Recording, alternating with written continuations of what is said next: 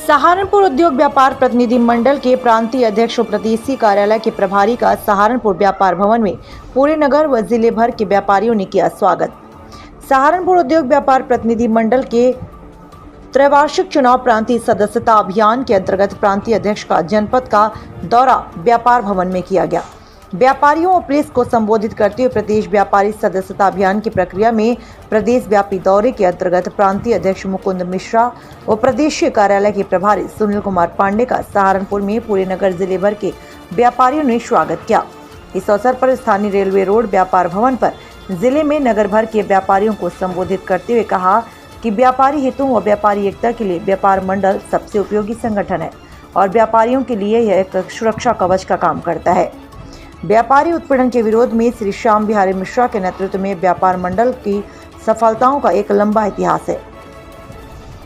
व्यापारी उत्पीड़न के विरोध में श्री श्याम बिहारी मिश्रा के नेतृत्व में व्यापार मंडल की सफलताओं का एक लंबा इतिहास है। उन्होंने कहा कि कोरोना के चलते समाज के सभी वर्गों का किसी न किसी रूप में बड़ा नुकसान हुआ है और उद्योग व व्यापार जगत को भी बहुत नुकसान हुआ, लेकिन इन सब के बावजूद व्यापारी वर्ग अपने स्वभाव के अनुरूप हौसले में है। उन्होंने कहा कि कोरोना काल में व्यापारी प्रतिनिधियों ने जिस प्रकार व्यापार मंडल तथा अन्य सामाजिक संगठनों के माध्यम से जरूरतमंदों की ऑक्सीजन सिलेंडर, दवाइयां, एम्बुलेंस व निःशुल्क भोजन आदि की सेवा की, वह वास्तव में समाज के लिए अनूठा उदाहरण है। इस अवसर पर महानगर अध्यक्ष विवेक मनोचा, महानगर महामंत्री सरदार सुरेंद्र सिंह चावला, महानगर कोषाध्यक्ष एस.के. दुआ, अमित गगनेजा, जिला महामंत्री संजय भसीन, नगर संयोजक राजकुमार विज, गुलशन अनीजा, अशोक छाबड़ा, रचना, नीरज जैन आदि लोग उपस्थित रहे। ब्यूरो चीफ सहारनपुर से हैदर अंसारी की रिपोर्ट। देखिए, कोरोना के काल में व्यापारियों को जो समस्या है वो जानने के लिए ये पूरा प्रदेश का दौरा चल रहा है, क्योंकि जो हमें यहाँ से फीडबैक प्राप्त होता है वो फिर हम सरकार के साथ वार्ता करते हैं और उसमें उनको समस्याओं को सुलझाने का प्रयास करते हैं। क्या क्या आगे हो रही है आप? देखिए, बहुत से कुछ ऐसे परिवार हैं जहाँ पे कोई कार्य करने वाला भी नहीं बचा, उनकी समस्याएं हैं। खाद्य विभाग में भ्रष्टाचार इस समय चरम सीमा पे है, उसकी समस्याएं हैं। हम लोगों ने कोई भी लाइसेंस सब आजीवन हो, चाहे वो खाद का हो चाहे वो श्रम का हो, क्योंकि अगर कोई नियम तोड़ेगा तो उसके लाइसेंस को सस्पेंड करने का अधिकार सरकार के पास हमेशा रहेगा। तो फिर लाइसेंस के रिन्यूअल के नाम पे हमको बार बार कार्यालय न जाना पड़े, ऐसी हमने सरकार से वार्ता कर रहे हैं कि कोई भी लाइसेंसों को सब आजीवन हो। जैसे कि आपने दौरा पाया तो उसमें आपने क्या क्या कार्रवाई और क्या क्या निकल पाया? यही सब चीजें, इन सब को लेकर के हमने कोरोना काल के बीच में भी मुख्यमंत्री से समय लेके जो समस्याएं थी उनको अवगत कराया था, काफी में सफलता मिली थी।